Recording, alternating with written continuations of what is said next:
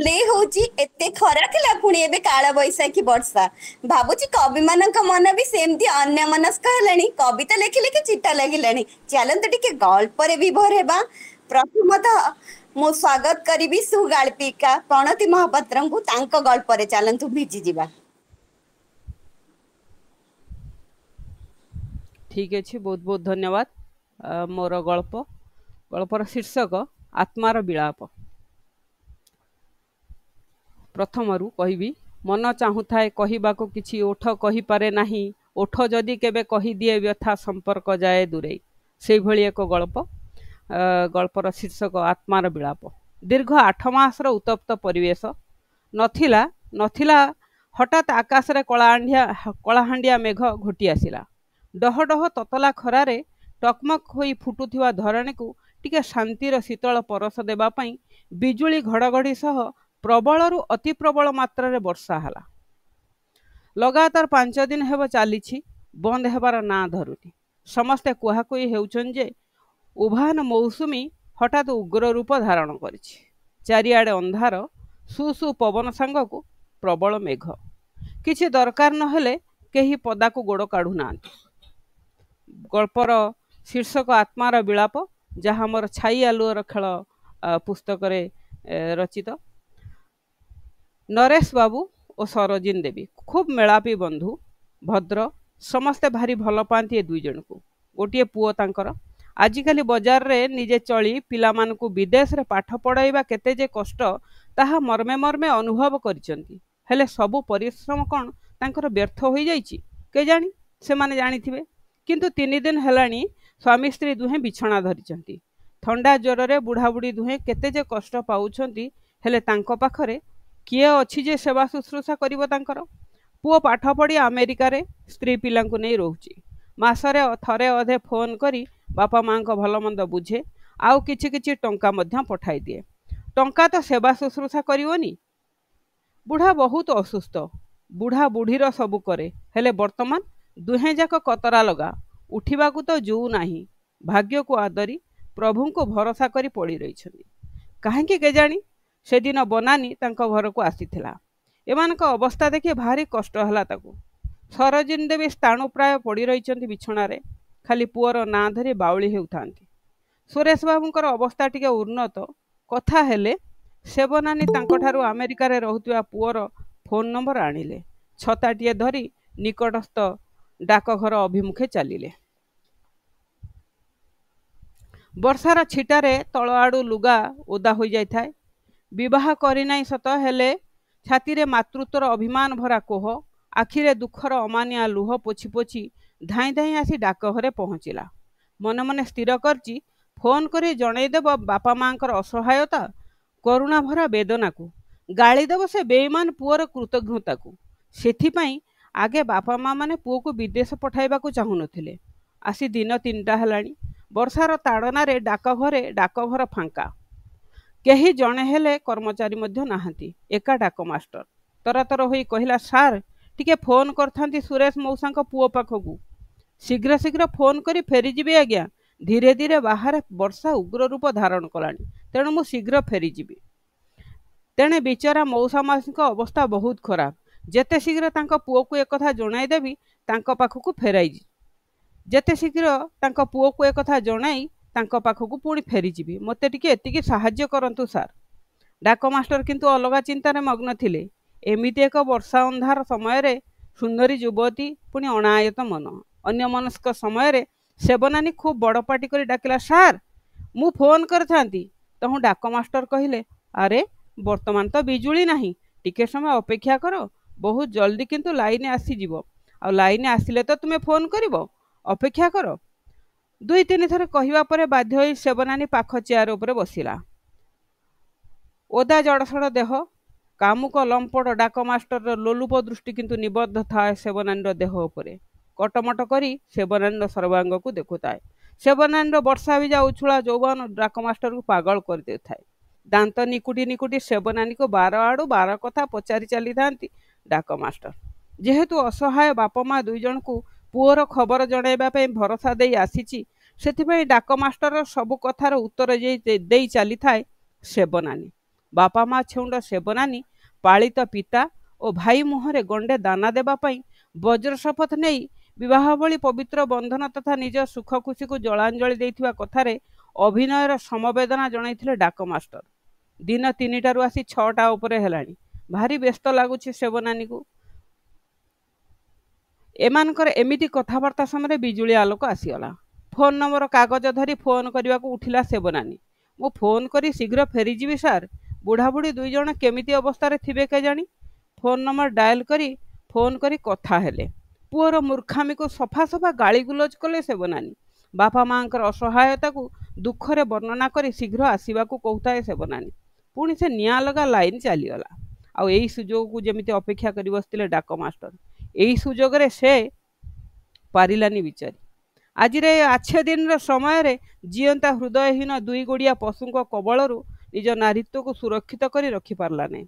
ନିଜକୁ ବହୁତ ଧିକ୍କାର କଲା। ମେଘ ପବନ ଅନ୍ଧାର ଭିତରେ ସବୁକିଛି ଭୁଲିଯାଇ ନିଜକୁ ନିଃଶେଷ କରିବାକୁ ଆଗକୁ ଆଗକୁ ଧାଇଁଲା। ଧାଇଁ ଧାଇଁ ରେଳ ଲାଇନ୍ ପାଖରେ ପହଞ୍ଚିଗଲା। କ୍ଷିପ୍ର ଗତିରେ ମାଡ଼ି ଆସୁଛି ଦ୍ରୁତଗାମୀ ରେଳଯାନଟା। ଖପ୍ କରି ଡେଇଁ ପଡ଼ିଲା। କିନ୍ତୁ ଏ କ'ଣ? କେହି ଜଣେ ବ୍ୟକ୍ତି ତାକୁ ଟାଣି ଟାଣି ନେଇ ଆସିଲେ। ଆଉ ତାକୁ କହିଲେ, ପାଗଳିନୀଟା ନା କ'ଣ? କାହିଁକି ଜୀବନ ହାରିବାକୁ ସେଠିକୁ ଧାଉଁଥିଲ? ଜୀବନ ଗଢ଼ିବା, ଜୀବନକୁ ଜିଇଁବାର ତାକତ ନାହିଁ, ନଷ୍ଟ କରିବାର ଅଧିକାର ଦେଲା କିଏ? ଜୀବନ ହାରିବାର ପଣ ନେଇ ଆସିଥିବା ନାରୀ ଜଣକ ଟଣା ଘୋଷରା କରୁଥାଏ। ଛାଡ଼ ମୋତେ, ମୁଁ ଏ ନିର୍ଲଜ ଜୀବନକୁ ରଖିବାକୁ ଚାହେଁ ନାହିଁ। ଛାଡ଼, ଛାଡ଼ ମୋତେ, ଛାଡ଼।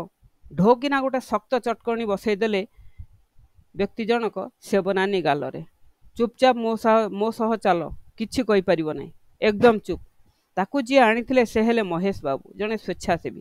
ସମାଜର କଲ୍ୟାଣ ନିମନ୍ତେ ନିଜକୁ ସମ୍ପୂର୍ଣ୍ଣ ଭାବେ ସମର୍ପିତ କରିଦେଇଛନ୍ତି। ସେବନାନୀକୁ ଗାଡ଼ିରେ ବସାଇ ନେଇଗଲେ ତାଙ୍କ ଘରକୁ। କିଛି ଖାଦ୍ୟ ଖାଇବାକୁ ଦେଲେ। ଖାଇସାରିବା ପରେ ଜୀବନ ହାରିବାର କାରଣ ପଚାରିଲେ। ହେଲେ ପଚାରି ପଚାରି ଥକିଗଲେ ସିନା, ତା ପରିଚୟ ତଥା କୌଣସି କଥା ସେବନାନୀ କହିଲା ନାହିଁ। ମହେଶ ବାବୁ ଅଧିକ କିଛି ଜାଣିବାକୁ ଚାହିଁଲେ ନାହିଁ। ମହେଶ ବାବୁଙ୍କ ପାଖରେ ରହିଲା। କିନ୍ତୁ ମହେଶ ବାବୁ ସେବନାନୀର ପାରିବା ପଣିଆ ଓ ଶିକ୍ଷାଗତ ଯୋଗ୍ୟତା ଜାଣି ଗୋଟେ ସ୍କୁଲରେ ରଖେଇଦେଲେ। ଏମିତି ଏମିତି କିଛି ଦିନ ଚାଲିଗଲା। ସେବନାନୀ ଅନେକ ଚିନ୍ତା କରି ମହେଶ ବାବୁଙ୍କ ସହ ପରାମର୍ଶ କରି ତାଙ୍କ ସହଯୋଗରେ ଏକ ନାରୀ ସୁରକ୍ଷା ସଂଘ ଗଢ଼ିଲେ। ସଂଘର ଆଭିମୁଖ୍ୟ ନାରୀମାନଙ୍କୁ ଆତ୍ମନିର୍ଭରଶୀଳ କରାଇବା ଓ ସୁରକ୍ଷା ପାଇଁ ଟ୍ରେନିଂର ବ୍ୟବସ୍ଥା କରାଇବା। ଆଖପାଖରେ ସବୁ ଝିଅ ବୋହୂମାନଙ୍କର ଅତି ପରିଚିତ ହୋଇଗଲେ ସେବନାନୀ ଓରଫ ସେବତୀଲତା।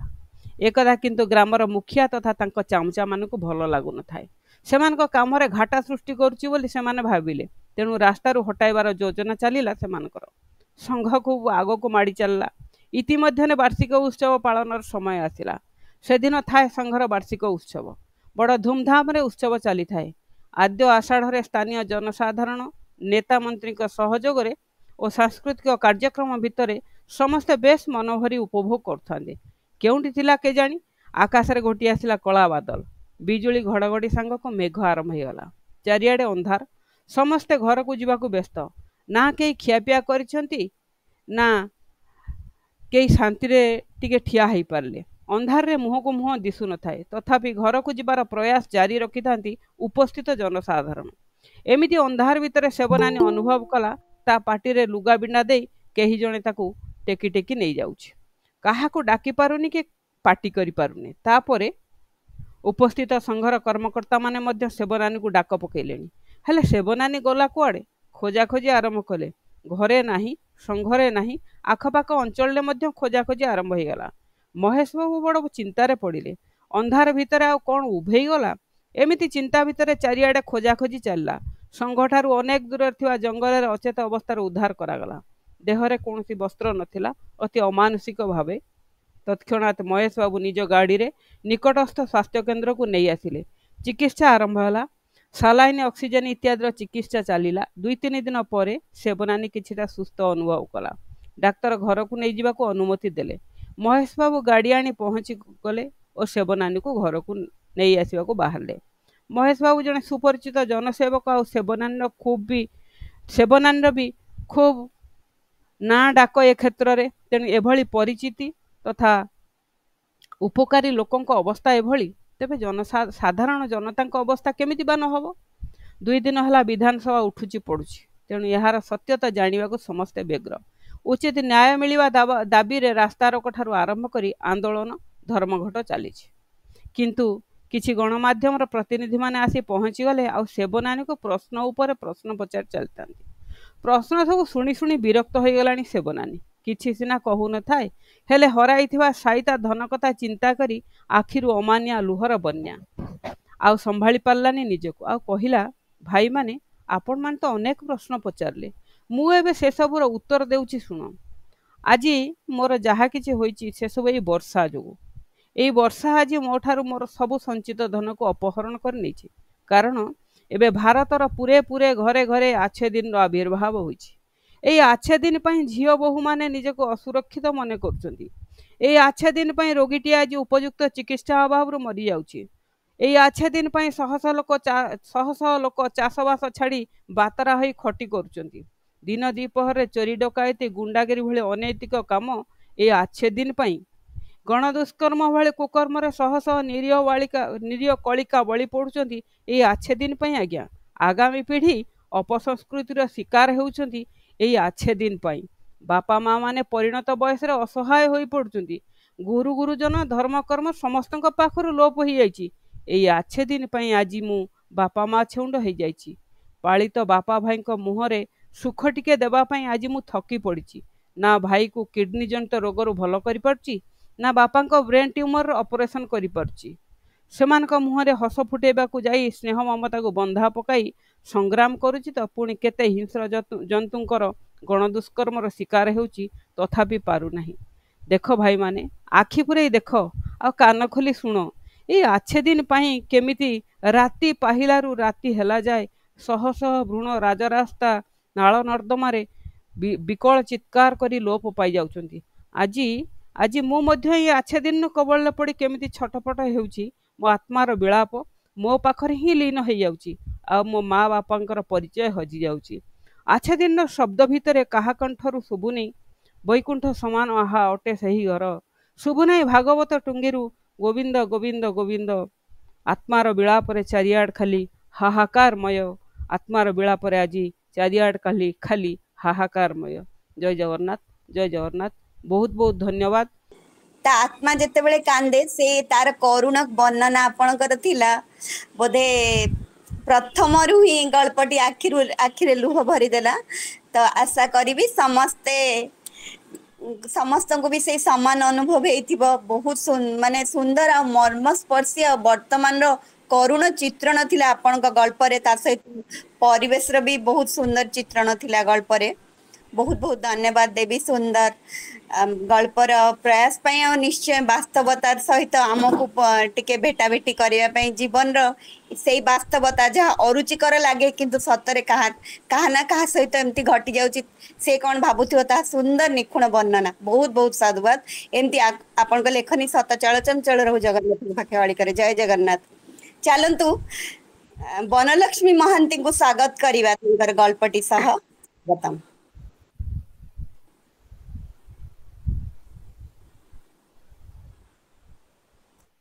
अपा खोली माइक टा म्यूट खोली नाहंती। पढ़ी दो ना तमे पढ़ दिया आग। तमे पढ़ला के शेष हो जाउची। क्रम गल्प आसर रे उपस्थित समस्त अभिबंधु को मोर सारस्वत प्रणाम। मोर गल्पर शीर्षक तंबू।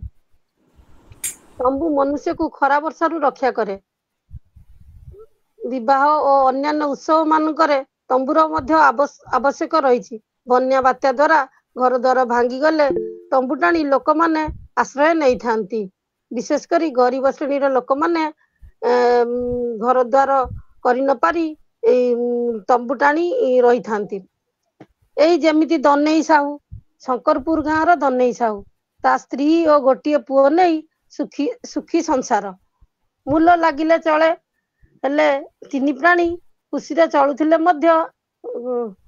चलुथिले मात्र प्राकृतिक विपर्यय फनी बात्यारे तांकर झाटी माटीर घरटी नष्ट हो गला। घर माटी मिसीगला। चाल छपर सब उड़ीगला। मुंड गुंजिया को घर टिके घर नथिला। जिनिस पत्र जहाँ संचय करथिले से सब मध्य नष्ट हो गला। से घर खंडिया बहुत हैरान हरकत हेले। ସରକାରଙ୍କ ତରଫରୁ ବାତ୍ୟା ଅଞ୍ଚଳକୁ ସାହାଯ୍ୟ ପାଇଁ ଆସିଥିବା ତମ୍ବୁ ପାଇଁ ସେ ଗାଁର ସରପଞ୍ଚ, ୱାର୍ଡ ମେମ୍ବର ସମସ୍ତଙ୍କୁ ନେହୁରା ହେଲେ ତମ୍ବୁ ଖଣ୍ଡେ ପାଇଁ ତାଙ୍କୁ କେହି ସାହାଯ୍ୟ କରିନଥିଲେ। ୱାର୍ଡ ମେମ୍ବର ସରପଞ୍ଚ ପାଖକୁ ଦୌଡ଼ି ଦୌଡ଼ି ଥକି ଗଲେଣି। ଏମିତି ନିରାଶ ହେଲା ପରେ ସେ ବ୍ଲକ ଅଫିସକୁ ଯାଇ ଅଭିଯୋଗ କଲେ। ଅଫିସର ତା କଥା ଶୁଣି ତାକୁ ତମ୍ବୁ ଖଣ୍ଡେ ଦେବାକୁ ପ୍ରତିଶ୍ରୁତି ଦେଲେ। କିଛି ଦିନ ପରେ ଦନେଇକୁ ବ୍ଲକ ଅଫିସକୁ ଡକାଗଲା ଏବଂ ଅଫିସର ବାବୁ ଦୟା ପରବଶ ହୋଇ ଦନେଇକୁ ତମ୍ବୁ ଖଣ୍ଡେ ଦେଇଥିଲେ। ଦନେଇର ଖୁସି କହିଲେ ନ ସରେ। ଭାବିଲା ଏଥର ମୁଣ୍ଡ ଗୁଞ୍ଜିବାକୁ ପ୍ରଥମେ ତମ୍ବୁ ଟାଣି ରହିବ ଓ ଧୀରେ ଧୀରେ ଚାଳ ଛପର କରି ଘର ଖଣ୍ଡେ ବନେଇ ରହିବ। ଆଜିର ଦୁନିଆରେ ତେଲିଆ ମୁଣ୍ଡରେ ସମସ୍ତେ ତେଲ ଦିଅନ୍ତି, ମାତ୍ର ନୁଖୁରା ମୁଣ୍ଡରେ ତେଲ ଦେବା ଲୋକ ବହୁତ କମ୍। ଧନ୍ୟବାଦ। ମୁଁ ତ ଲେଖିନଥିଲି, ଗୋଟେ ଏମିତି ବହୁତ ଦିନର ପୁରୁଣା ଲେଖାଟା, ତାକୁ ବହୁତ ବହୁତ ଧନ୍ୟବାଦ ଅପା। ଛୋଟ ଗଳ୍ପଟି ବି ବହୁତ ସୁନ୍ଦର ବାର୍ତ୍ତା ଥିଲା ତା ଦେହରେ, ଯେ ତେଲିଆ ମୁଣ୍ଡରେ ତେଲ, ନୁଖୁରା ମୁଣ୍ଡ ସେମିତି ସଦା ନୁଖୁରା ରହିଯାଏ। ତମ୍ବୁ କାହା ପାଇଁ କଣ, କିନ୍ତୁ ନିରାଶ୍ରୟ ଜୀବନରେ ବନ୍ୟା ବାତ୍ୟା ଭେଟିଥିବା ଲୋକ ସହ ତମ୍ବୁଟା ଗୋଟେ ସମ୍ବଳ। ବହୁତ ସୁନ୍ଦର ଗଳ୍ପଟି ଥିଲା ଆପଣଙ୍କର। ଛୋଟ ହେଲେ ମଧ୍ୟ ବହୁତ ସୁନ୍ଦର ବାର୍ତ୍ତା ଥିଲା। ଚାଲନ୍ତୁ ଆଜିର ସଭାପତି ଧନ୍ୟବାଦ। ସ୍ନେହ ଅପାଙ୍କୁ ସ୍ୱାଗତ କରିବା ତାଙ୍କ ଗଳ୍ପ ସହ। ତା ପରବର୍ତ୍ତୀ ଡାକିକା ମୁଁ ହେବି। ମତେ ଡାକିଦେବେ ତ ସ୍ନେହ ଅପାଙ୍କୁ ତାଙ୍କ ନିଶ୍ଚିତ। ଗଳ୍ପ। ଆସାରରେ ମୁଁ ଆଉ ଗୋଟେ ଗପ ତ ପଢିବାକୁ ଚାହୁଁଥିଲି, କିନ୍ତୁ ଭଉଣୀଙ୍କର ପ୍ରଥମ ଗପରୁ ଟିକେ ଇମ୍ପ୍ରେସ ହେଇକି ମୁଁ ମୋର ଅନ୍ୟ ଗୋଟିଏ ଗପ ପଢିବାକୁ ଯାଉଛି। ମୋର ଗପର ଶୀର୍ଷକ ଶେଷ ନିଷ୍ପତ୍ତି। ଦ୍ୱନ୍ଦ୍ୱରେ ପଡିଯାଇଛି ମିତାଲି। ସୁଧାଂଶୁ ବାବୁଙ୍କର ବିରୁଦ୍ଧରେ ଅରିର ଗୁରୁତର ଅଭିଯୋଗ। ଅରିର ଅଭିଯୋଗ ଶୁଣି ଆଜି ମିତାଲି କିଂ କର୍ତ୍ତବ୍ୟ ବିମୂଢ। ଭବିଷ୍ୟତ ଅନ୍ଧକାର ହିଁ ଅନ୍ଧକାର। ସମାଜର ସବୁ ସମ୍ମାନ, ପ୍ରତିଷ୍ଠା, ସୁଖ, ସମୃଦ୍ଧି ଧୂଳିସାତ ହେଇଯିବ। କିନ୍ତୁ ଅରିର ଯେଉଁ ବିଶ୍ୱାସ, ନା ନା, ତା ବିଶ୍ୱାସରେ ବିଷ ଦେଇ ପାରିବନି ସେ। ବିଶ୍ୱାସରେ ବିଷ ଦେବା ତ ଜଘନ୍ୟ ଅପରାଧ। ମନ ତାର ଦ୍ୱନ୍ଦ୍ୱରେ ଆନ୍ଦୋଳିତ ହେଉଥିଲା। ଏତିକି ବେଳେ ସୁଧାଂଶୁ ବାବୁ କହି ଉଠିଲେ, ଆଜି ଏତେ ବ୍ୟସ୍ତ ବିବ୍ରତ କାହିଁକି? ଏଇଟା ତ ତୁମ ପାଇଁ ଛୋଟ ଖେଳଟିଏ। ଅତୀତରେ ଏମିତି କେତେ ବଡ ବଡ ସମସ୍ୟା ଗୋଡରେ ଆଡେଇ ଦେଇ ଚାଲିଛ ତମେ। କିଛି ପଇସା ପତ୍ର ଦେଇ ମାମଲାଟା ଦଫା ରଫା କରିଦିଅ। ଏଥିରେ ଏତେ ଚିନ୍ତା କରିବାର କଣ ଅଛି? ଆଜି ମନରେ ପ୍ରଶ୍ନ କାହିଁକି ଏତେ? ନା ନା, ଅରି ପ୍ରତି ସେ ଅନ୍ୟାୟ କରିପାରିବନି। ଅରିର ସେଇ କରୁଣ ଚାହାଣୀ ତାକୁ ଅସ୍ତବ୍ୟସ୍ତ କରିଦେଉଛି। ଅରିର ସମ୍ଭାଷଣ ପ୍ରତିଯୋଗିତାରେ କର୍ତ୍ତବ୍ୟ ଉପରେ ଭାଷଣ ତା କାନ ପାଖରେ ଆଜି ମଧ୍ୟ ଗୁଞ୍ଜରିତ ହେଉଛି। ଅରି ପ୍ରତି ଏକ ଅଜଣା ସ୍ନେହ ତାର ହୃଦୟ କୋଣରେ ଅଙ୍କୁରିତ ହେଇଯାଇଛି। ଆଉ ଦ୍ୱିତୀୟ ଥର ଯେତେବେଳେ ଅତିଥି ଭାବରେ ଯାଇଥିଲା, ବିଜ୍ଞାନ ଉପରେ ଯେଉଁ ପ୍ରୋଜେକ୍ଟର ଉପସ୍ଥାପନା ତାକୁ ଆହୁରି ପ୍ରଭାବିତ କରିଦେଇଥିଲା। ଅରି ଉପରେ ଅତ୍ୟାଚାର ସେ କଦାପି ବରଦାସ୍ତ କରିପାରିବନି। ଏମିତି ଭାବୁ ଭାବୁ ଡ୍ରାଇଭରକୁ କହିଲା, ଗୋପାଳ, ଅନାଥାଶ୍ରମ ଚାଲ। ଅନାଥାଶ୍ରମରେ ପହଞ୍ଚୁ ପହଞ୍ଚୁ କାନରେ ବାଜିଲା, ଗୁରୁମା ଗୁରୁମା, ଆପଣ କହିଥିଲେ ଆଜି ମତେ ମୋ ବାପାଙ୍କ ବିଷୟରେ କହିବେ ବୋଲି, ମତେ ଦେଖେଇଦେବେ ବୋଲି। କିଏ ମୋ ବାପା? ଗୁରୁମା ଗୁରୁମା, ଆପଣ କହିଥିଲେ ପରା ଆଜି ମୋ ବାପାଙ୍କ ବିଷୟରେ କହିବେ ବୋଲି, ମତେ ଦେଖେଇଦେବେ ବୋଲି। କିଏ ମୋ ବାପା? ଗୁରୁମା ସ୍ତବ୍ଧ ହୋଇ ରହିଗଲେ ପ୍ରଶ୍ନରେ। ଭାବି ଚିନ୍ତି କହିଲେ, ତୁମ ବାପା ସମାଜର ଜଣେ ପ୍ରତିଷ୍ଠିତ ବ୍ୟକ୍ତି। ତାହେଲେ ମୁଁ ତାଙ୍କ ପାଖରେ କାହିଁକି ନାହିଁ ଆଜି? ଏଇଠି କାହିଁକି ରହୁଛି? ଝିଅଟା ମନରେ ସରଳ ମନରେ ଝିଅଟି ପଚାରିଲା। ଗୁରୁମାଙ୍କ ପାଖରେ କୌଣସି ଉତ୍ତର ନଥିଲା। ମିତାଲି କାନରେ ଅରିର ପ୍ରତିଯୋଗିତାରେ କହିଥିବା ସେହି ବାକ୍ୟଟି ପ୍ରତିଧ୍ୱନିତ ହେଉଥିଲା। ଯଦି ଧୃତରାଷ୍ଟ୍ର ସେତେବେଳେ ପୁତ୍ର ମୋହ ତ୍ୟାଗ କରି ସଠିକ ନିର୍ଣ୍ଣୟ ନେଇ ପାରିଥାନ୍ତେ, ତେବେ ମହାଭାରତ ଯୁଦ୍ଧର ନରସଂହାର ବିଭୀଷିକାରୁ ପୃଥିବୀକୁ ରକ୍ଷା କରାଯାଇ ପାରିଥାନ୍ତା। ବାରମ୍ବାର ପ୍ରତିଧ୍ୱନିତ ହେଉଥିଲା, ଯଦି ଧୃତରାଷ୍ଟ୍ର ସେତେବେଳେ ପୁତ୍ର ମୋହ ତ୍ୟାଗ କରି ସଠିକ ନିର୍ଣ୍ଣୟ ନେଇ ପାରିଥାନ୍ତେ, ତେବେ ମହାଭାରତ ଯୁଦ୍ଧର ନରସଂହାର ବିଭୀଷିକାରୁ ପୃଥିବୀକୁ ରକ୍ଷା କରାଯାଇ ପାରିଥାନ୍ତା। ମିତାଲି ଆଉ ଅନାଥାଶ୍ରମ ଭିତରକୁ ନ ଯାଇ ଡ୍ରାଇଭରକୁ କହିଲା, ଗୋପାଳ, ସିଧା ପୋଲିସ ଷ୍ଟେସନ ଚାଲ। ମୋର ଗପଟି ଏଠି ସରିଯାଇଛି। ରହୁଛି। ମତେ ଗପଟି ପଢିବାକୁ ସୁଯୋଗ ଦେଇଥିବାରୁ ହୃଦୟରୁ କୃତଜ୍ଞତା ଜ୍ଞାପନ କରୁଛି। ବହୁତ ବହୁତ ଧନ୍ୟବାଦ ଆପା। ବହୁତ ସୁନ୍ଦର ସୁନ୍ଦର ଗଳ୍ପ ଗୁଡିକ ପଢି ସାରିଲେଣି, ତେଣୁ ଦ୍ୱନ୍ଦ୍ୱ ସଂଶୟ ବହୁତ କିଛି ଅଛି ମୋ ମନରେ। ଛୋଟ ଗଳ୍ପଟି ପଢୁଛି। ଗଳ୍ପର ଶୀର୍ଷକ ଢୋଲ। କିଛି ଟିକେ ଆଗର ରଚନା, ଆଶା ଆପଣ ମାନଙ୍କୁ ଭଲ ଲାଗିବ। ସବୁଦିନ ପରି ରାଜୁ ଆଜି ବି ମନ୍ଦିରରେ ସନ୍ଧ୍ୟା ଆଳତି ବେଳେ ଢୋଲ ବଜାଉଥିଲା। ସବୁଦିନ ଢୋଲ ବଜେଇଲା ବେଳେ ତା ଆଖିରେ ଗୋଟେ ଚମକ ଥାଏ, ହେଲେ ଆଜି ସେ ହତବାକ୍। ସବୁ ବୁଝି ତା ମନ କିଛି ବୁଝୁନଥିଲା। ଅନେକ ଆନ୍ଦୋଳନ ଥିଲା ତା ମନରେ। ଛୁଆଟି ବେଳୁ ସେଇ ମନ୍ଦିରରେ ଢୋଲ ବଜାଏ, ସମସ୍ତେ ବହୁତ ଖୁସି ହୁଅନ୍ତି। ସେମିତି ମେଘା ସହ ତା ପରିଚିତ ହେଇଥିଲା। ଏଇ ରଙ୍ଗେଶ୍ୱର ମନ୍ଦିର ଶିବ ମନ୍ଦିରରେ ସନ୍ଧ୍ୟା ଆଳତି ଦେଖିବାକୁ ସେମାନେ ଆସନ୍ତି। ଏମିତି ଦେଖା ଚାହାଁ ପରିଚୟ କେତେବେଳେ ଯେ ପ୍ରେମ ପାଲଟି ଗଲା ତାହା ଜଣା ପଡିଲାନି। ଆଜି ରାଜୁର ପାଦ ତଳେ ଥିବା ମାଟି ଖସି ଯାଇଛି। ତା ପ୍ରେୟସୀ ଆଜି ଆଉ କାହାର ଘରଣୀ ହେବ। ଏ ମନ୍ଦିରରେ ସନ୍ଧ୍ୟା ସମୟରେ ତାଙ୍କର କାର୍ଯ୍ୟକ୍ରମ। ସେ ତ ଏପର୍ଯ୍ୟନ୍ତ ଚାକିରି ପାଇନି। ସେପଟେ ମେଘାର 3 ଭଉଣୀ ବାହା ହେବାକୁ ଅଛନ୍ତି। ତେଣୁ ମେଘା ତାର ଅନିଚ୍ଛା ସତ୍ତ୍ୱେ ବି ଘର ଲୋକଙ୍କ କଥାରେ ରାଜି ହେଇଯାଇଛି। ରାଜୁ ଢୋଲ ବଜେଇ ବଜେଇ ବଜେଇ ବଜେଇ ବଜେଇ ବଜେଇ ସେଇଠି ତାର ଚେତା ହଜେଇ ଦେଇଛି। ମେଘା ମୁଦି ପିନ୍ଧେଇବା ସମୟରେ ସବୁ ଲୋକଙ୍କର ଆଖିକୁ ଖାତିର ନ କରି ରାଜୁ ପାଖକୁ ଦୌଡ଼ି ଯାଇଛି। ବହୁତ ଲୁହ ଝରେଇ ଭଗବାନଙ୍କୁ ତା ନିଶ୍ୱାସ ପାଇଁ ଅଳି କରିଛି। ସେ ସବୁ ଲୋକଙ୍କ ଆଗରେ ବଡ଼ ଦମ୍ଭରେ କହିଛି, ରାଜୁ ଓ ମୁଁ ଦୁହେଁ ଦୁହିଁଙ୍କୁ ଭଲ ପାଉ। ଉଭୟଙ୍କ ଘର ଲୋକ ଏ ପ୍ରସ୍ତାବରେ ରାଜି ହୋଇଯାଇଛନ୍ତି।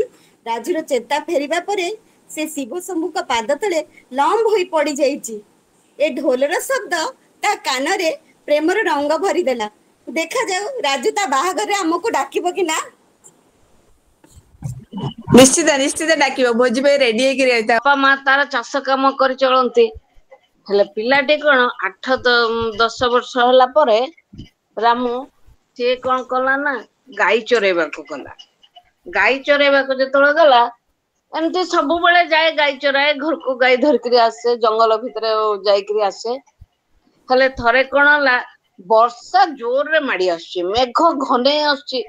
ତା ବାପା ମା କହିଲେ, ଆରେ ବାବୁ ଆଜି ମେଘ ଟା ବହୁତ ଜୋରରେ ଘନେଇ ଆସୁଛି, ତ ଆଉ ଯା ନା। ସେ କହିଲା, ନାଇଁ ବାପା ମୁଁ ଯଦି ନ ଯିବି ବୋଲେ ଗାଈ ମାନେ ଖାଇବାକୁ କୁଆଡୁ ପାଇବେ, ଘାସ ଟିକେ ତ ଖାଇବାକୁ ତାଙ୍କୁ ପଡିବ ନା। କହିଲା ହଉ ଠିକ ଅଛି, ଯା ଜଲ୍ଦି ଯାଇକି ଜଲ୍ଦି ପଳେଇ ଆସିବୁ। ସେ କହିଲା ହଉ ଠିକ ଅଛି, ଜଲ୍ଦି ଯାଇକିରି ପଳେଇ ଆସିବି ବୋଲି କହିଲା।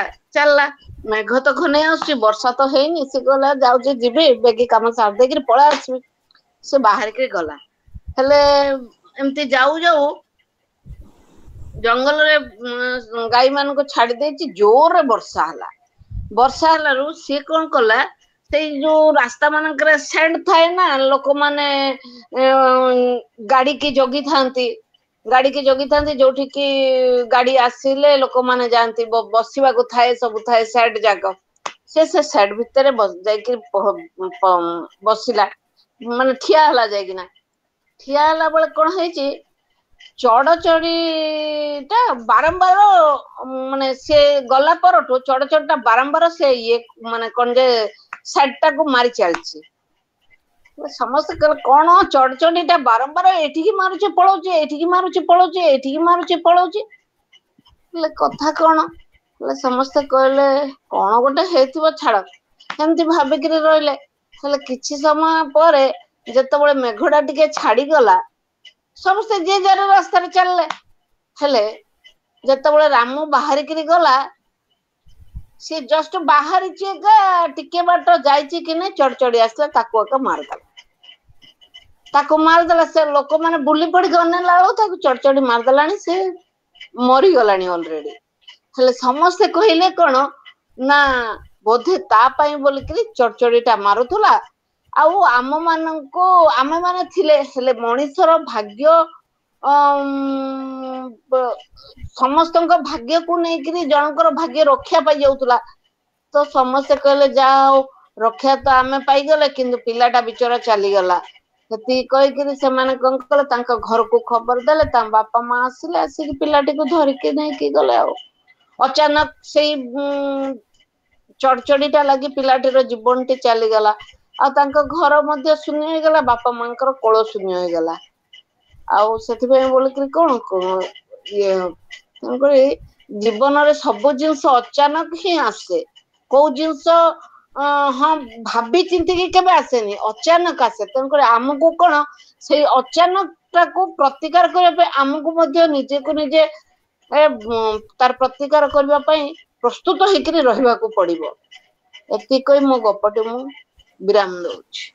ବହୁତ ବହୁତ ଧନ୍ୟବାଦ ଆପା। ଛୋଟ କିନ୍ତୁ ବହୁତ ଶିକ୍ଷଣୀୟ ଥିଲା।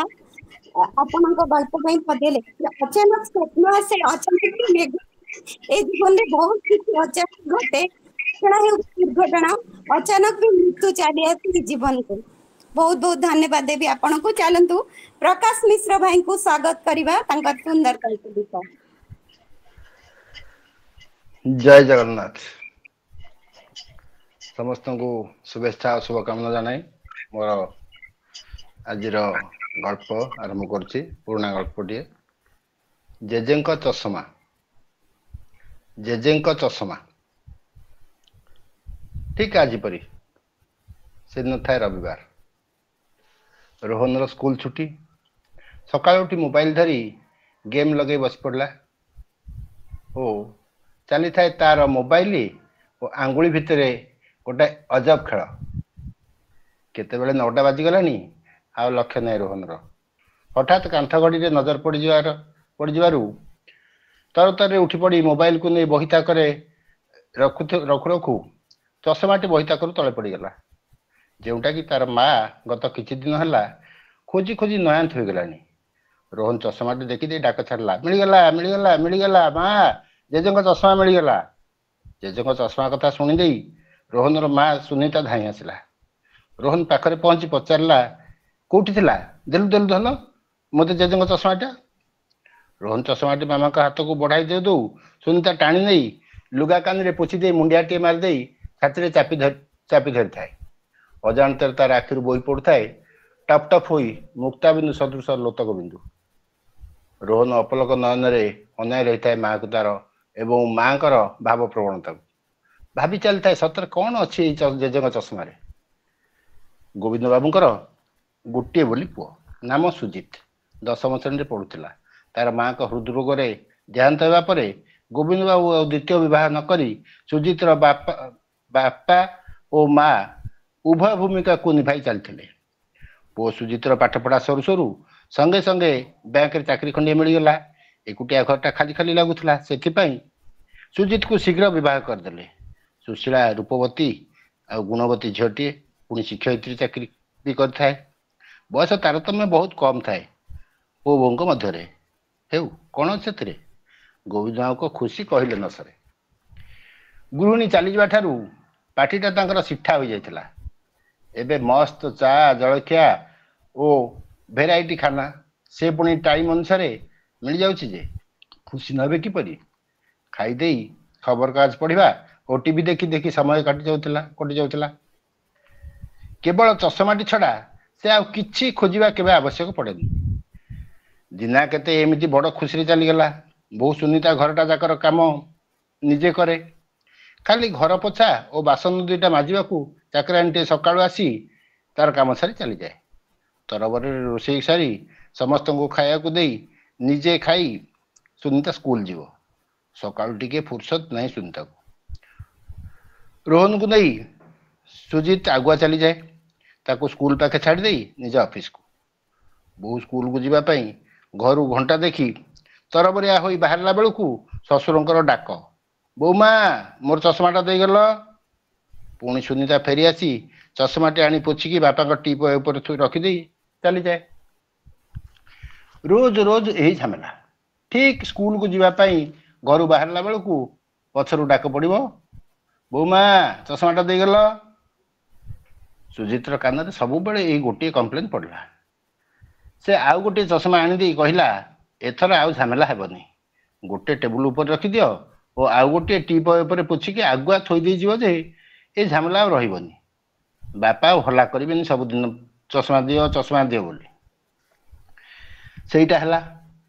କିନ୍ତୁ ଗୋବିନ୍ଦ ବାବୁଙ୍କର ସେଇ ସ୍କୁଲକୁ ଯିବା ସମୟରେ ଚଷମାଟା ଦେଇଗଲ ବୋଲି ଡାକ ପଡ଼ିବାଟା ବନ୍ଦ ହେଲାନି। ଶେଷରେ ପରିଣତି ଏମିତି ହେଲା ଯେ ଧୀରେ ଧୀରେ ଶ୍ୱଶୁରଙ୍କ କଥାକୁ ନ ଶୁଣିଲା ପରା ହୋଇ ସୁନିତା ଘର କାମରେ ବ୍ୟସ୍ତ ରୁହେ ଓ ବୋଉମା, ଚଷମା ଦେଇଯା କହିଲେ ବି ଅଣଦେଖା କରି ସ୍କୁଲକୁ ଚାଲିଯାଏ। ସମୟ କାହାକୁ ବା ଜଗିଛି। ଦିନ ପରେ ଦିନ ଗଡ଼ି ଚାଲିଲା ଓ ଶ୍ୱଶୁର ବି ଏମିତି ଦିନେ ଆରପାରିକୁ ଚାଲିଗଲେ। କିଛି ମାସ ବିତିଗଲା ପରେ ଦିନେ ଏମିତି ଘର ଝଡ଼ାଝଡ଼ି ସଫାସୁତୁରା କରୁ କରୁ ସୁନିତାର ହାତରେ ପଡ଼ିଲା ଶ୍ୱଶୁରଙ୍କର ଡାଏରୀ ଖଣ୍ଡିକ।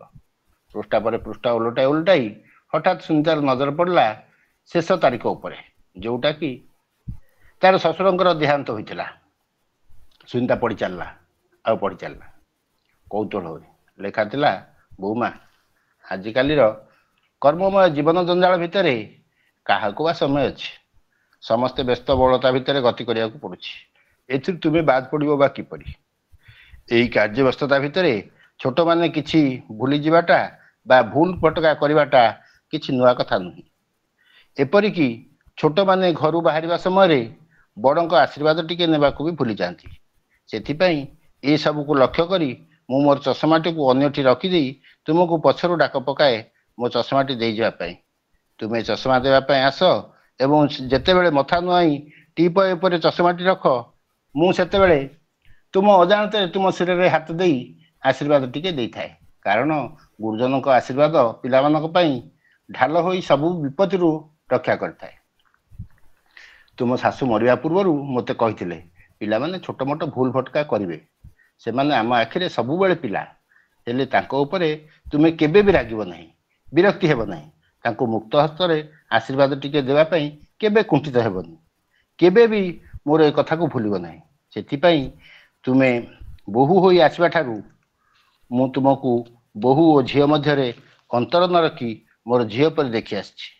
ଯେତେ ଯାହା ହେଲେ ବି ତୁମକୁ ପଦେ ବିରକ୍ତ ହୋଇ ମୁଁ କେବେ କହିନି। ମୁଁ ତୁମର ଶ୍ୱଶୁର ନୁହେଁ, ବାପାଟି ହୋଇ ରହିବାକୁ ପସନ୍ଦ କରିଛି। ଆଜି ଜୀବିତରେ ହୁଏତ ତୁମକୁ ଏକଥା ଅନୁଭବ ହେବ ନାହିଁ, କିନ୍ତୁ ଦିନ ଆସିବ ଏକଥା ତୁମେ ନିଶ୍ଚୟ ବୁଝିପାରିବ ଯେ ବଡ଼ଙ୍କର ଆଶୀର୍ବାଦ ଓ ଉପଦେଶ ସାନମାନଙ୍କ ପାଇଁ ମହୌଷଧି ପରି କାମ କରେ। ହୁଏତ ମୁଁ ତୁମକୁ ମୋର ଚଷମା ଦେଇଯାଅ ବୋଲି କହି ସବୁଦିନ ଆଶୀଷ ଦେବାକୁ ନଥିବି, କିନ୍ତୁ ଥାଏ ବା ନଥାଏ ମୋର ଶୁଭ ଦୃଷ୍ଟି ସବୁବେଳେ ତୁମମାନଙ୍କ ଉପରେ ରହିବ। ଏ ମଣିଷ ଜୀବନରେ କି ଗ୍ୟାରେଣ୍ଟି ଅଛି? ଯିବା ପୂର୍ବରୁ ମୋର ସବୁତକ ଆଶୀଷ ମୁଁ ଥୋଇ ଦେଇ ଯାଉଛି। ମୋର ଚଷମାଟି ତୁମେ କେବେ ହେଲେ ଭୁଲିବ ନାହିଁ। ଡାଏରୀକୁ ପଢ଼ି ସାରି ସୁନିତା ଲୁହରେ ଭିଜି ସାରିଥାଏ। ଡାଏରୀଟି ଥୋଇ ଦେଇ ବୁହେ କାନ୍ଦିଲା ଓ ତାପରେ ନିଜକୁ ନିଜେ ସମ୍ଭାଳି ନେଇ ଶ୍ୱଶୁରଙ୍କର ଚଷମାଟିକୁ ଖୋଜିଲା। ଚଷମାଟି ପାଇ ତାକୁ ଭଲ କରି ପୋଛି ଟେବୁଲ ଉପରେ ଥୋଇ ମୁଣ୍ଡିଆଟିଏ ମାରିଲା। ଆଜିକୁ 2 ବର୍ଷ ହୋଇଗଲାଣି। ସବୁଦିନ ସୁନିତା ସ୍କୁଲ ହେଉ କି ଅନ୍ୟ କୁଆଡ଼େ ବି ଯାଉ, ଯିବା ପୂର୍ବରୁ ଚଷମାଟି ଭଲ କରି ପୋଛି ଟେବୁଲ ଉପରେ ରଖିଦେଇ ମୁଣ୍ଡିଆଟିଏ ମାରି ଘରୁ ବାହାରେ, କେବଳ ତାର ଶ୍ୱଶୁରଙ୍କର ଆଶୀର୍ବାଦର ଲାଳସାରେ। 5 ଦିନ ହୋଇଗଲାଣି। ଏଇ ଚଷମାଟି ବୋଧେ ଚାକରାଣୀ କେଉଁଠି ରଖିଦେଇଛି କି କ'ଣ, ଯେତେ ଯେଉଁଠି ଖୋଜିଲେ ବି ମିଳୁନଥିଲା। ରୋହନ ଆଜି ସକାଳୁ ସକାଳୁ ସେଇ ଜେଜେଙ୍କ ଚଷମାଟି ମାଆଙ୍କୁ ଦେଇ ଯେମିତି ତାର ଜେଜେଙ୍କ ଆଶୀର୍ବାଦର ଭଣ୍ଡାରର ଚାବି ସୁନିତାକୁ ଫେରାଇ ଦେଇଛି। ସୁନିତା ସେଇଭଳି ଅନୁଭବ କରୁଥିଲା। ଲୁହ ପୋଛି ପୋଛି ସୁନିତା ଚଷମାକୁ ପୁଣି ଥରେ ତାର ଲୁଗା କାନରେ ଭଲ କରି ସଫା କରି ଟେବୁଲ ଉପରେ ଥୋଇ ମୁଣ୍ଡିଆଟିଏ ମାରିଲା। ରୋହନ ସବୁ ଲକ୍ଷ୍ୟ କରୁଥାଏ। ପଚାରିଲା, ମାମା, କ'ଣ ହେଲା ତୁମର? ତୁମେ କାନ୍ଦି ପକାଇଲ ଯେ? ତୁମେ କ'ଣ ଜେଜେଙ୍କ ଚଷମାକୁ ଏତେ ଭଲ ପାଅ? ସୁନିତା କହିଲା, ନାହିଁରେ ବାପା, ଜେଜେଙ୍କ ଚଷମାଟି ଆଜି ମୋତେ ତାଙ୍କ କଥା ଭାବିବା ପାଇଁ ମଜବୁର କରିଦେଲା। ଏଇଟା ଜେଜେଙ୍କର ଚଷମା କେବଳ ନୁହେଁ, ଏଇଟା ହେଉଛି ଜେଜେଙ୍କର ଆଖି। ଏଇ ଚଷମାରେ ଜେଜେ ଆମକୁ ଏବେ ବି ସ୍ପଷ୍ଟ ଭାବରେ ଦେଖୁଛନ୍ତି। ଏଥିରେ ରହିଛି ତାଙ୍କର ଆଶୀର୍ବାଦର ଭଣ୍ଡାର। ତୁ ଆମର ଆଜିଠାରୁ ଯେତେବେଳେ ଯୁଆଡ଼େ ଗଲେ ତୋର ଏଇ ଜେଜେଙ୍କ ଚଷମା ପାଖରେ ସବୁବେଳେ ମୁଣ୍ଡିଆ ମାରି ଘରୁ ବାହାରକୁ ଯିବୁ। ସେ ପାଖରେ ନଥିଲେ ବି ତୋର ଉପରେ ନଜର ରଖିଥିବେ ତାଙ୍କର ଏହି ପାୱାର ଚଷମାରେ। ରୋହନ ହଉ ମା କହି ମୁଣ୍ଡ ଟୁଙ୍ଗାରି ସମ୍ମତି ଜଣାଇଦେଲା। ଜୟ ଜଗନ୍ନାଥ। ସତରେ ଗଳ୍ପଟି ପରିବାର ରବିବାସରର ବିଷୟବସ୍ତୁକୁ ନେଇଥିଲା ଆଉ ଗଳ୍ପଟି ଅତ୍ୟନ୍ତ ମର୍ମସ୍ପର୍ଶୀ ଥିଲା। ମୋର ଦିବ୍ୟାଙ୍ଗ ଯୋଉ ଶ୍ୱଶୁର ଚାଲି ଯାଇଛନ୍ତି, ମତେ ବାପାଙ୍କ କଥା ମନେ ପଡିଗଲା। ତ ମୁଁ ଏଇ ଗପ ସହିତ ନିଜକୁ ଯୋଡି ପାରୁଛି। ବାପା ନଥିଲେ, ଶ୍ୱଶୁର ନଥିଲେ ତ ପୁରା ବାପା ଥିଲେ, ତେଣୁ ମୁଁ ଅନୁଭବ କରିପାରୁଛି। ଆଉ ବଡ ମାନଙ୍କ ଆଶୀର୍ବାଦ କିଭଳି ଭାବରେ ମିଳେ ଜେଜେଙ୍କ ଚଷମା ଗଳ୍ପରେ। ଚଷମାର ଆଖି ହୋଇ ଶ୍ୱଶୁର ସଦା ସର୍ବଦା ତାଙ୍କୁ ଆଶୀର୍ବାଦ ଯେମିତି ଦଉଥିଲେ, ଆମ ବଡ ମାନଙ୍କର ଆଶୀର୍ବାଦ ଆମ ଉପରେ ସବୁବେଳେ ଏମିତି ଥାଉ। ସୁନ୍ଦର ଶିକ୍ଷାପ୍ରଦ ପ୍ରଥମ ଥର ପାଇଁ ଯୋଗ ଦେଇଛି। एक्चुअली मु प्रायतः गप फप केवे लेखेनी टिके कविता लेखुଥିଲି କିନ୍ତୁ ଆଜି ମନକୁ ଆସିଲା ନାଇଁ କିଛି ଲେଖିବା ଆମ ବିଦ୍ୟାଳୟର କିଛି ଗୋଟେ ମାନେ ଏଇ ଗତକାଲିର ହିଁ ଗୋଟେ ଅନୁଭବକୁ ଲେଖିଛି। ମୋର ଲେଖା ସେତେ ଭଲ ହେଇନଥିବ ତେଣୁ ଦୟାକରି ଟିକେ ସଂଶୋଧନ ବି କରିଦେବେ। ଶ୍ରମ ମାନସିକତା କାହାଣୀର ନାଁଟା ଶ୍ରମ ମାନସିକତା। ଆମ ଛାତ୍ରାବାସରେ ବିଦ୍ୟୁତ ଜନିତ ଅସୁବିଧା ଯୋଗୁ 2 ଦିନ ହେଲା ବିଦ୍ୟୁତ ନାହିଁ। ଏଥିପାଇଁ ବିଦ୍ୟୁତ ବିଭାଗକୁ ଅବଗତ କରାହେଲାଣି। ବର୍ତ୍ତମାନର ବ୍ୟବସ୍ଥା ଅନୁସାରେ କଣ ଅସୁବିଧା ହୋଇଛି ତାହା ଜାଣିବାକୁ ଗୋଟିଏ ସମୂହ ଆସି ଦେଖିକି ବି ଗଲେଣି। ପୁଣି ସମସ୍ୟାକୁ ସମାଧାନ କରିବା ପାଇଁ ଆଉ ଏକ ସମୂହ ଆସିବେ। ଭଗବାନଙ୍କୁ ଗୋଚର ସେମାନଙ୍କର ଆଗମନ କେବେ ହେବ। ତଥାପି ଆଶା ତ ଅଛି ଯେ ଆଜି ରାତି ସୁଦ୍ଧା ସମସ୍ୟା ସମାଧାନ ହୋଇଯିବ ବୋଲି। ଛାଡ଼ ସେ କଥା, ଆମେ ମୂଳ ବିଷୟକୁ ଆସିବା। ଛାତ୍ରାବାସରେ ପାଖାପାଖି 150 ପିଲା ରହୁଛନ୍ତି। ବିଦ୍ୟୁତ ଅଭାବ ଯୋଗୁଁ ବିଦ୍ୟାଳୟରେ ଜଳର ଘୋର ଅଭାବ। ବିଦ୍ୟାଳୟରେ ନଳକୂପ ବା କୂଅର ବ୍ୟବସ୍ଥା ବି ନାହିଁ। ସିଧା ମୋଟର ଲାଗିଥିବା ବୋରିଂ ଅଛି, ଯାହା ବିଦ୍ୟୁତ ଅଭାବରେ କୌଣସି କାମକୁ ନୁହେଁ। ଏଥିପାଇଁ ଉଚ୍ଚ କର୍ତ୍ତୃପକ୍ଷଙ୍କୁ ଛାତ୍ରାବାସ ଆରମ୍ଭରୁ ହିଁ ଅବଗତ କରାଯାଉଛି, କିନ୍ତୁ ଆଜି ଯାଏଁ କିଛି ସୁଫଳ ମିଳିନି। ପାଣି ନଥିଲେ କୌଣସି କାମ ବି ସମ୍ଭବ ନୁହଁ। ଯାହା ପାଣି ଟାଙ୍କି ମାନଙ୍କରେ ମହଜୁଦ ଥିଲା ସେଗୁଡିକ ଗୋଟିଏ ଦିନରେ ହିଁ ସରିଗଲା। ଦ୍ୱିତୀୟ ଦିନ ରୋଷେଇ ପାଇଁ ଓ ଶୌଚ ଆଦି କର୍ମ ପାଇଁ ନିକଟସ୍ଥ ନଳକୂପ ହିଁ एकमात्र सहारा। एणु छात्र मानंकु सूचना देली पानी आनिबाकू। सेमाने पानी बोहिबा पई जेउ आग्रह देखाइले मु ताहा देखि आश्चर्य होई गली। काम करिबाकू एते खुशी। एमाने पहाड़िया पिला, कठिन श्रम करिबा एमानंकर रक्तगत। एणु समस्ते आगभर होई गोटिए गोटिए बाल्टी धरी प्रस्तुत होई गले। नलकूपटी छात्रावासटरू पाखापाखि 200 रु 300 मीटर दूर रे अछि। एणु मु भाबिली जदि मानव श्रृंखल द्वारा पानी बोहिबा हुए तेबे सहज हेबो। आउ पिला मानकु सेपरि ठिया कराई पानी बोहिबा आरंभ होला मध्य। नलकूपरू पानी मागिबा पई पानी मारिबा पई 3टी पिला थिले। जणे गोटिए बाल्टी भरिला परे आउ जणे आउ गोटिए बाल्टी भरिबो। एमिति द्वारा 3 जण जाक हालिया न होई पानी मारी पारिले। बहुत कम समय भितरे रोषेई पई शौच आदि पई आवश्यक पानी बोहा होई गला। समस्त को निज निज प्रकोष्ठ को फेरिबा को मु निर्देश देली। पानी बोहा सरिला परे सबु पिला आसी मो पाखरे हाजर। समस्त को हाथ रे गोटिए गोटिए बाल्टी। बोहिबा तो सरिला, पुणी बाल्टी धरी काहे कि मो पाखरे ठिया होइछन बुली मु पचारिबारु सेमानक भितरु 2-3 जण एका स्वर रे कहिले आमे पुणी गोटे गोटे बाल्टी पानी आनिबु। मु आश्चर्य होई काहे कि बोली पचारिबारु गोटिए 10म श्रेणी रो छात्र कहिला, सार एते गुडिए पानी बोहिलु किंतु काम करिला परि लागिलानी। बहुत विरक्त लागिला। टिके टिके बाट पानी बोहिबा को कोन पानी बोहा कहंती, टिके भी हालिया लागिलानी। एणु आमे निजे निजे पानी मारी गोटिए गोटिए बाल्टी पानी धरी नलकूपरू हॉस्टेल जाए आनिबु। सेते बेले मु की प्रकार भाव देखाई भी बुझी पारिलिनी। सेमानंकु सम्मति देली। समस्ते गले और निजे निजे गोटिए गोटिए बाल्टी पानी धरी आसिले। आजिका जुगरे एपरी मानसिकतार पिला अछंती देखि मु आश्चर्य होई नथिली। कारण एमाने एबे भी सहरी मानसिकता ठारू बहुत दूर रे। अत्यंत सरल मनोभावर अटंती, किंतु सहजरे अधिक काम करिबा एमानंक पई विरक्तिकर बोली जानी एमाने काहीकि आज जाए केवल पेट चाखंडक पई ही जोगाड़ करि पारुचंती ताहा सहजरे अनुमेय हला कली। एही पंचायत समिति रे थिबा किछि बेपारी दिनकु दिन धनी रु अधिक धनी हेउचंती, किंतु एही लोक माने जेपरी सेपरी अछंती। आजी नुह केउ मानधाता कालरु एमानकर मानसिकता एपरी ही अछि। एणु स्थिति भी सेमिति ही रहिছে। सेमाने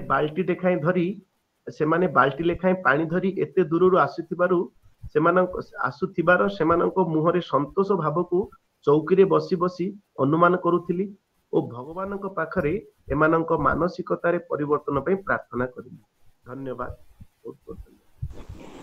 बहुत बहुत धन्यवाद।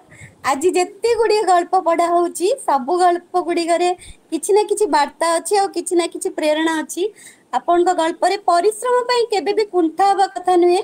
सुंदर कथाटी आपण कहिचंदी और सब पिला माने सेही पिला मानक भलिया हेबा उचित। आ जलर रक्षा करबा भी दरकार। बहुत सुंदर दुईटी वार्ता देइचंदी आपण गल्प रे। बहुत बहुत साधुवाद जणेबी। एमती सुंदर सुंदर गल्प मान लेखंतु अपा कहती आमे सबुबले किछि ना किछि नुआ करी प्रयास करिबा हम भाषा साहित्यर मान बढ़ाइबा। आपण भी सतत प्रयास जारी रखंतु। आपणकर एमती लेखनी चलनी चालू जगन्नाथ आपणकर उत्तरतर उन्नति करंतु। जय जगन्नाथ। एबे मु अरुण भाई को अनुरोध करिबी तांकर सुंदर गल्पटी परिवेशन करिवा पई।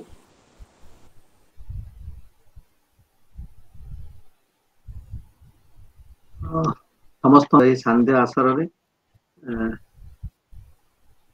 बहुत सुंदर सुंदर गप सुनिया को मिलला। तथापि ए आसर पई मोर भी एक गल्प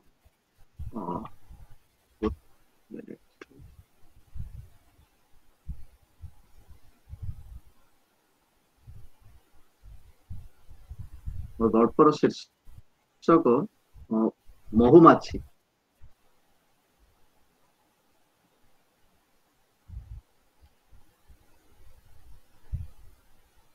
छोट गपटे गाँ दांडरे कोलाहल।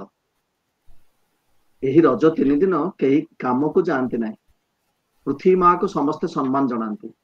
से परा माँ आसंता 1 वर्ष खाद्य जोगाइब। झील माने रज सज आउ रज मौजरे व्यस्त। पुओ माने बागुड़ी खेल तास बागुड़ी मजा भितर किंतु युवक मन जे खोजु थाए निजर मनीष को आउ पुणी सजे हुई घुरु बुलुता प्रजापति माने आहुरी आकृष्ट करती। अजाचित साहाଯ୍ୟ निजको सामिल करती से माने। कुनाल भी बाद पड़ता किपरि तार भी मन आउ जौवन अच्छी भल पाइबार आशा और निशा भी तार मनर मनीषटा को आखि पर देखी नेला। खूब सुंदर दिशुची आज कुनी पादरे अलता हाथ में रंग बेरंगर चूड़ी आउ तार मन लाखी नुआ रंगर शाढ़ी भारी मानुची। सांग मेल गला बेले जेते बेले थरे चाई दे मुर्की हसी चली जाए सेते बेले कुनाल रो देह भितर शिहरण खेली जाए। न कही पारले भी उभय मन कथा उभय शुणी पारती बोधे से अनुभव भी करती। जेमिति कुनाल बुझी पारिला कुनीर मन कथा। सांग होई पाख गछरे दोली बांधिबा को चाहुतिबा कुनी किछि उपाय पाई नथिला। कौनसी मते जोगाड़ करथिबा दौड़ी और काठपटा धरी नई पटा झंकालिया बरगछ पाखरे घूरी बुलुथुला। सांग माने निज निज मुह को चाहुतिले सिना किछि करि पार नथिला। स्पष्ट बारी होई पडुथुला। कुनाल पाए यही सुवर्ण सुजोग। सिनेमार हिरो भली पहुंची गला कुनी तथा तार सांग मानक पाखरे। सब कथा कुनी को लक्ष्य करी कहूतिले सुधा समस्तଙ୍କର खूब तारीफ करथिला। रसी धरी चढ़ीगला गछ उपरକୁ। यह खूब नीतिदिनिया काम। गछ चढ़ा नई पहरा इत्यादि आदि साधारण तापाई एक नुआनिया डाल बांधिदेला कुनी देइथिला दौड़ी को। आखि किंतु कुनी उपरे। ए मौकारे कुनी भी चाहि रही उपरକୁ। खूब सुंदर चारि आखिर मिलन बहुत अखुआ कथार विनिमय।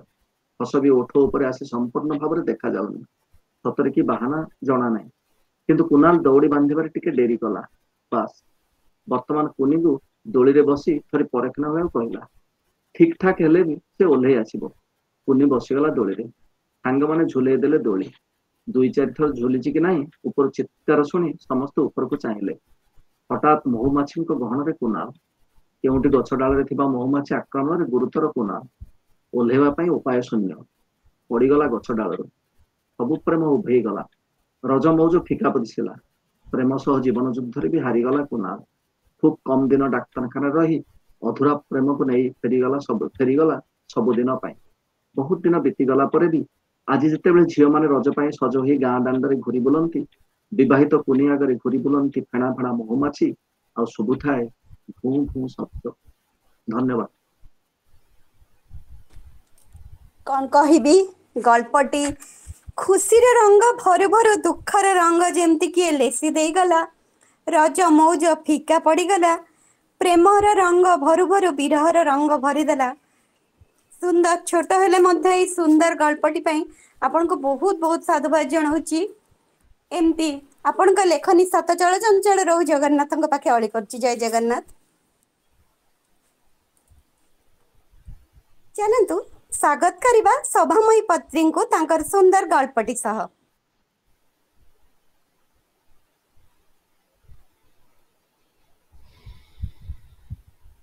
आज्ञा मैडम प्रणाम। आपण पढ़ंतु। आज्ञा गोटे आज सांध्यकालीन आभासी कार्यक्रम मोर समस्त ज्येष्ठ श्रेष्ठ सम्मानित मोर सारस्वत साधक साधिका मान को प्रणाम जनाई आरंभ कर मोर यही गल्प जार शीर्षक होची भोक। भोकर भूगोल केवल भोकी ही जाने। भोक उपरे सबुबले भोकर जुलम। खूब दहगंज हुए बिचरा मनुष्यटा।